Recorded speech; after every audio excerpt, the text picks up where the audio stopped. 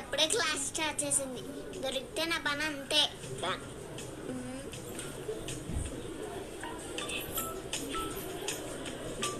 ఏయ్ ఆగు, దొంగ ముఖం చూసేసింది. టైం ఎంతే? 10 మేడం. క్లాస్ స్టార్ట్ అయ్యే టైం కాదు, నువ్వు వచ్చిన టైం ఎంత అని అడుగుతుంది మేడం. చీమిడి మొక్కదాన్ని నీకెందుకే? ఏయ్ లేట్ ఎందుకు అయింది చెప్పు.